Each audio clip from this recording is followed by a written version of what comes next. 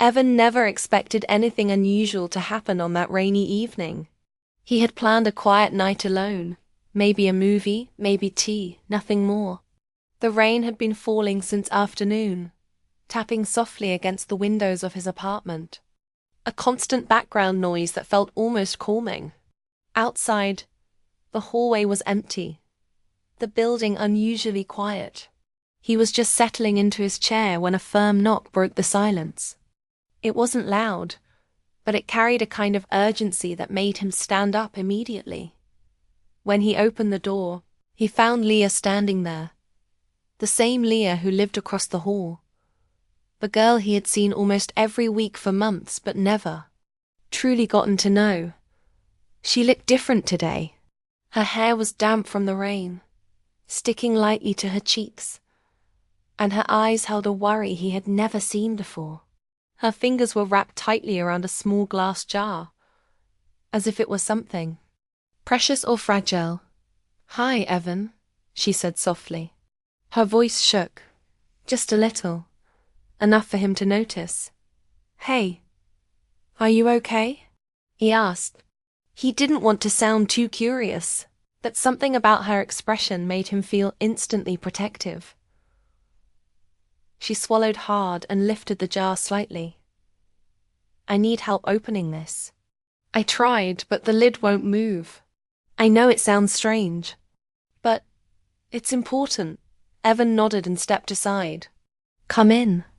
She hesitated, then walked inside, her footsteps light, almost nervous. She stood near the edge of the living room, holding the jar close to her chest, as if letting go of it would cause something to break. Evan gently reached out his hand, and she placed the jar in his palm. The glass was cool, a little heavier than he expected. When he looked closer, he noticed a small engraving on the side, tiny letters carved carefully into the glass. "For tomorrow." The phrase hit him unexpectedly. It was simple, but the words felt emotional, almost hopeful, like something meant to be opened only on a special day or maybe in a moment of struggle. He twisted the lid gently. It didn't budge. He tried again, using more force this time, but the lid stayed stuck. "It's really tight," he said.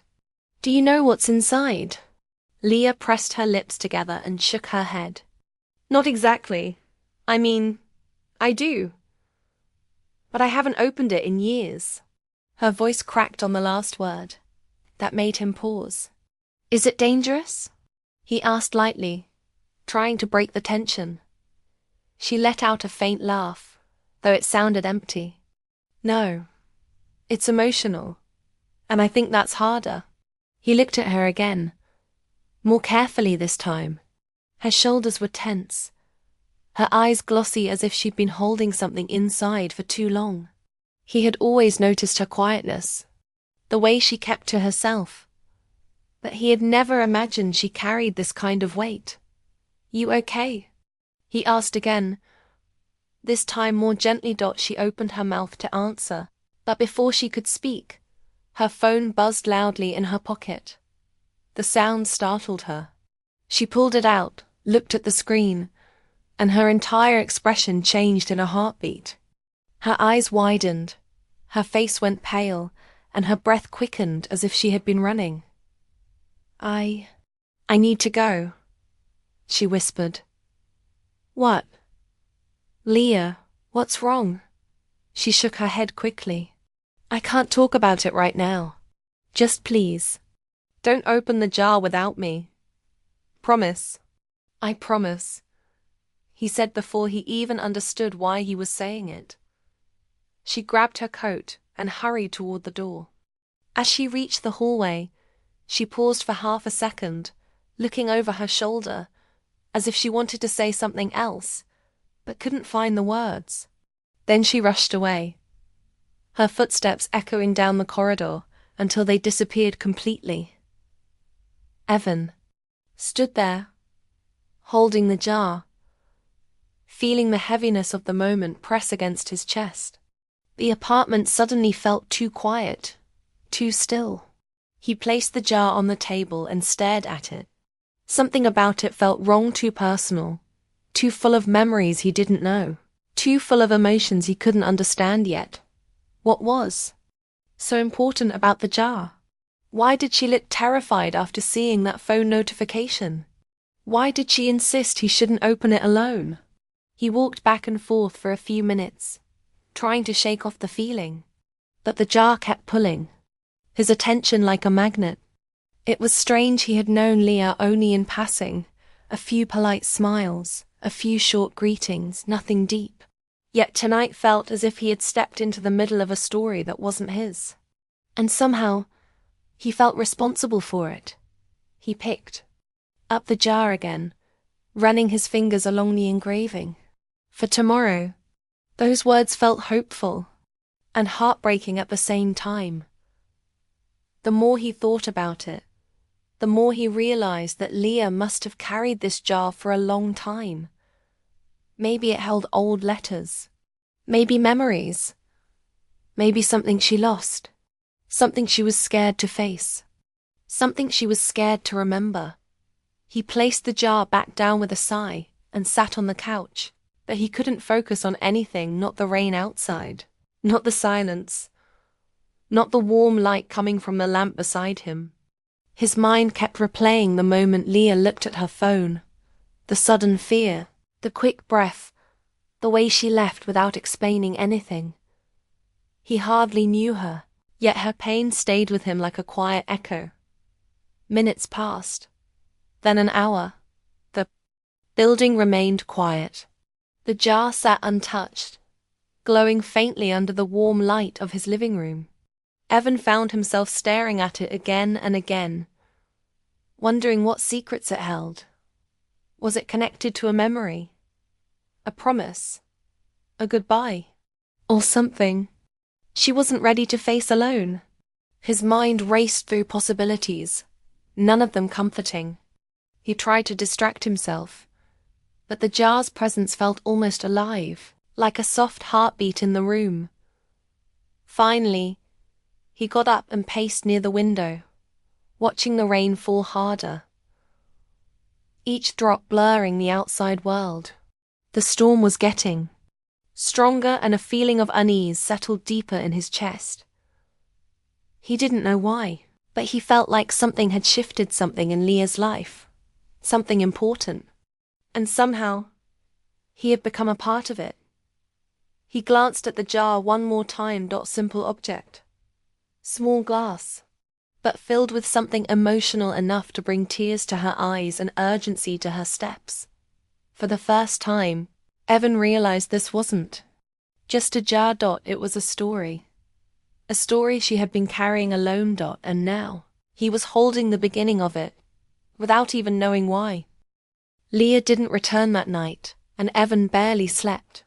Every time he closed his eyes, he kept seeing her worried face, the way she held the jar as if it carried her entire past. The storm outside continued through the night, and the dark sky felt heavier than usual, almost matching the heaviness in his mind. When morning came, his apartment was quiet, but the jar still sat on the table like a silent question he couldn't answer. He checked the hallway twice, hoping he'd see her door open or hear footsteps, but the building remained lifeless. By afternoon, he started pacing. He didn't want to look like someone obsessed, but he couldn't deny the truth. He was worried. Not because of the jar alone, but because of the expression she wore when she left. Something had broken inside her, something she didn't want to explain. When evening arrived, the rain returned, softer now but steady. Evan sat at the table, staring at the jar again. The engraving, "For tomorrow," looked different in the dim light, almost as if it carried a meaning he had yet to understand. He wanted to honor his promise, but the silence around him felt like pressure. Why hadn't she come back? Was she safe? Was she avoiding him? Or was she dealing with something bigger than he could imagine? Just as those thoughts filled his mind, a knock sounded at the door so soft he almost didn't hear it. He stood quickly and opened it. Leah stood there, drenched from the rain, her hair sticking to her forehead, her jacket soaked. She looked exhausted, as if she had been running or crying or maybe both. "Leah," he said, stepping aside immediately. "Come in. You're freezing." She didn't say anything at first. She walked inside slowly, almost unsteady, like someone carrying invisible weight. Evan grabbed a warm blanket from the couch and wrapped it gently around her shoulders. When she looked up at him, her eyes seemed filled with emotions she had been fighting all night. "I'm sorry," she whispered, her voice rough. "I shouldn't have left like that." "You don't need to apologize," Evan replied. "I was just worried. Are you okay?" She let out a breath that sounded more like a sigh of defeat than relief. "I don't know," she said softly. "Everything feels like it's falling apart." She sat on the couch, pulling the blanket tightly around her. Her gaze drifted toward the table where the jar was placed. The moment she saw it, her eyes softened, but there was also a fear there, like she was afraid of what opening it would bring. "I didn't mean to leave you with that," she said quietly. I wasn't ready." "You don't have to explain anything if you're not comfortable," Evan assured her. But he was lying a little, not out of impatience, out of concern. He wanted to understand what she was going through. Not out of curiosity, but because he didn't want her to face it alone. Leah took a deep breath, as if preparing herself. "That jar belonged to Daniel," she said. The name meant nothing to him, but the way she said it told him everything he needed to know. Daniel had been someone important, someone she had loved. The kind of love that left marks even after it was gone. He was. She paused, closing her eyes for a moment. "He was the man I thought I would spend my life with." Evan felt a pull in his chest, not jealousy, not discomfort, just a deep understanding of the pain behind her words. "He and I used to write little notes to each other," she continued. "Whenever we were happy or hopeful or dreaming about the future, we would write something and put it inside the jar. We made a promise that one day, when life felt too heavy, we would open it and remind ourselves why we were worth fighting for." She brushed a tear away with the back of her hand. "But then he left." Evan leaned forward slightly. "Did something happen?" She shook her head slowly. "No warning, no reason. One day he just said he needed space, and he walked away. I didn't chase him. I thought he'd come back. But weeks became months, and the silence became a wall I couldn't break through." The room fell quiet. Evan could hear the rain outside, tapping gently against the window. But inside, the quiet was thicker, filled with the kind of pain that didn't need loud words. "I stopped looking at the jar," Leah said. "I hid it in a box. I tried to forget it. But last night, after a year, he texted me." Evan felt his stomach twist slightly. What did he say? That he was sorry, that he made mistakes, that he wanted to talk. She let out a shaky breath. "I didn't know how to respond. I still don't." The jar suddenly rolled in place from the vibration of a thunder rumble, and Leah startled. A hand shot forward instinctively, as if to protect it, but her fingers trembled so hard the jar slipped from her grasp. It rolled across the wooden floor with a soft sound, stopping right at Evan's feet. Leah pressed a hand over her mouth, like she was afraid of what almost happened. "Please," she whispered, "don't open the first note alone." Evan bent down, carefully picking up the jar. He held it with both hands this time, not because it was fragile, but because it felt important. When he looked at Leah, her eyes were filled with emotions he couldn't fully name: fear, sadness, and something else. something like hope mixed with dread. "I won't open anything without you," he said quietly. Her shoulders relaxed, but only slightly. "The first note." Her voice trembled. "It was the last one he wrote before he left. I don't know what it says, but I'm scared it will hurt, or worse. I'm scared it will make me fall apart all over again." Evan sat beside her. Carefully, not too close, not too far. "You don't have to do it tonight," he said. "You don't have to rush." Leah leaned back into the couch, her eyes fixed on the jar. "I think I'm tired of running from it," she whispered. "Maybe. It's time to face what's inside." Her voice cracked again, but this time it wasn't only sadness. It was strength trying to rise through the fear. Evan watched her breathe deeply, her hands clasped together tightly, and he realized something quietly but powerfully. This wasn't just about Daniel. This was about her past, her fear, her heartbreak, her attempt to finally let herself heal. And he wanted to help her, not out of pity, but because something about her mattered to him in a way he couldn't explain. The storm outside softened. The lights in the room glowed warmer, and Leah finally looked at the jar with a steady gaze, ready to open a door she had closed for too long. But she still didn't know the truth waiting inside. And neither did Evan. Evan and Leah sat together on the couch, the jar between them. The room was quiet, except for the soft hum of the city outside, and the occasional patter of rain against the window. It felt like the world had shrunk to just this small space. Just this moment, just the weight of what they were about to uncover. The jar no longer felt like a simple glass container. It was a vessel of memories, a keeper of the past, and now it was theirs to open together. Leah's fingers trembled as she reached for the jar. Evan noticed the subtle hesitation in her movements, the almost imperceptible shiver that ran through her.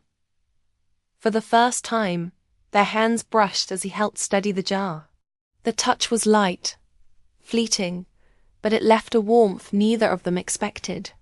A quiet, unspoken connection settled between them, fragile yet undeniable. Evan felt his chest tighten, not from desire, but from the realization that he cared for her in a way deeper than he had anticipated. "Are you ready?" he asked softly. Leah nodded, her lips pressed together, eyes glistening. She took a deep breath and handed the jar to him. "I trust you," she said. The words were simple, but they carried years of fear, hope, and vulnerability. Evan felt the weight of her trust settle on his shoulders, and he handled it carefully. He twisted the lid, and to both of their surprise, it opened easily, as if the jar had been waiting for this exact moment. Inside were dozens of small notes, folded with care. The paper was worn, some edges fraying, but the handwriting was neat and familiar. Leah picked up the first note with shaking fingers and opened it slowly. Her eyes softened as she read the words aloud. "No matter how lost you feel, tomorrow will always need you." She smiled faintly, almost a whisper of a smile, as if she could feel Daniel's presence in the room with her. "That was him," she murmured. "He always knew what to say to make things feel lighter, even when everything felt heavy." Her voice trembled with nostalgia, a bittersweet mix of warmth and sorrow. Evan watched her, seeing the delicate vulnerability she had carried for so long, the fear she had tried to hide. He realized that these notes were not just reminders of Daniel. They were reminders of her own strength, her own capacity to love and hope. They continued unfolding the notes one by one. Each contained a memory, a promise, a dream they had once shared. Some made her laugh quietly, covering her mouth with her hand to hide it. Others made her pause, her eyes filling with tears. Evan felt a strange ache watching her. He was not just witnessing her past. He was sharing in it, feeling it with her. Each note brought her closer to closure, yet at the same time, it deepened the unspoken connection between them. After several notes, Leah's hands shook more violently as she reached for the last one at the bottom. She hesitated, her lips parted, unsure if she could handle what it might say. This one, she whispered. I never saw it before. Evan leaned closer, sensing the importance, sensing the quiet tension in the air. Do you want me to read it with you? He asked gently. Leah nodded. She handed him the note, and he unfolded it carefully. The handwriting was familiar, but different. Daniel had written it differently than the others. More deliberate, more certain. The note read, If someday you find someone who stays when the world falls apart, don't push them away. There. The one. They sat in silence for a moment, letting the words sink in. Leah's eyes widened, and a soft gasp escaped her lips. The note was a revelation, an acknowledgement from her past, a blessing for a new future she hadn't yet imagined. It was as if Daniel had left her not just memories, but guidance, a permission to let herself move forward, to let herself feel again. Evan looked at Leah, his own heart racing. The words felt like a bridge, connecting past heartbreak with present possibility. He realized that this was more than just a note. It was a message meant for both of them, in a way he hadn't anticipated. Leah met his gaze, her eyes glistening with unshed tears, and for the first time, she didn't look frightened or hesitant. She looked human, real, open. I think he wanted me to stop waiting for him, Leah whispered, a soft sadness mixed with relief in her voice. He wanted me to let myself feel again, to let someone care for me. Evan reached out, his hand hovering over hers, then gently taking it. The touch was warm, reassuring, and neither of them pulled away. Leah, he said quietly, I'm not trying to replace anyone, but I'm here, and I'm not going anywhere. Her lips curved into a tentative smile, the kind that starts with hope and grows as trust builds. She leaned back into the couch, letting herself breathe a little easier, feeling the tension she had carried for months finally start to dissolve. Evan felt it too, something shifting between them, a quiet understanding that went beyond words. They read the rest of the notes together, sharing laughs, sighs, and soft silences. Each note revealed not only Daniel's love, but also Leah's courage, her commitment to hope, her ability to endure. Evan saw her in a new light, not just as the quiet girl across the hall, but as someone resilient, someone deeply emotional, someone capable of profound love and longing. As the night wore on, the jar emptied, its purpose fulfilled. It no longer felt like a container of old memories, but like a key that unlocked something essential, not just in Leah's heart, but in both of theirs. The past had been honored, and the present had found space to grow. Evan realized he had become more than a witness. He had become a participant, a steady presence she could lean on, a part of a new chapter waiting to be written. Leah finally set the empty jar aside. She leaned against Evan slightly, a gentle gesture of trust, comfort, and newfound closeness. The storm outside had passed, leaving only the soft sound of distant rain and the hum of the city. Inside, the air felt lighter, warmer, filled with possibilities that neither of them could ignore. Evan's mind wandered, not with questions, but with awareness. He understood now that love, heartbreak, and hope were not linear. They intertwined, creating moments like this, delicate, transformative, quietly intense. And he felt privileged to be part of it. Leah looked at him, her eyes searching, her voice soft. Thank you, she whispered, for being here, for not leaving, for understanding. Evan squeezed her hand gently. You don't have to. Thank me, he said. I'm here because I want to be. Because I care. Because this matters. For a long time, they sat together, neither speaking, letting the weight of the moment settle around them. The jar had revealed the past, but it had also revealed something more, a beginning, quiet but undeniable for the two of them. The notes were gone, but the connection they had forged in that small living room remained, stronger than ever. Finally, Leah exhaled slowly, a soft, almost contented sigh. She leaned back comfortably, letting her head rest lightly on Evan's shoulder. For the first time in months, maybe years, she felt something she hadn't allowed herself to feel: peace. And tentatively, a spark of possibility. Evan rested, his head near hers, feeling the gentle warmth of her presence. They didn't need to speak. The silence itself carried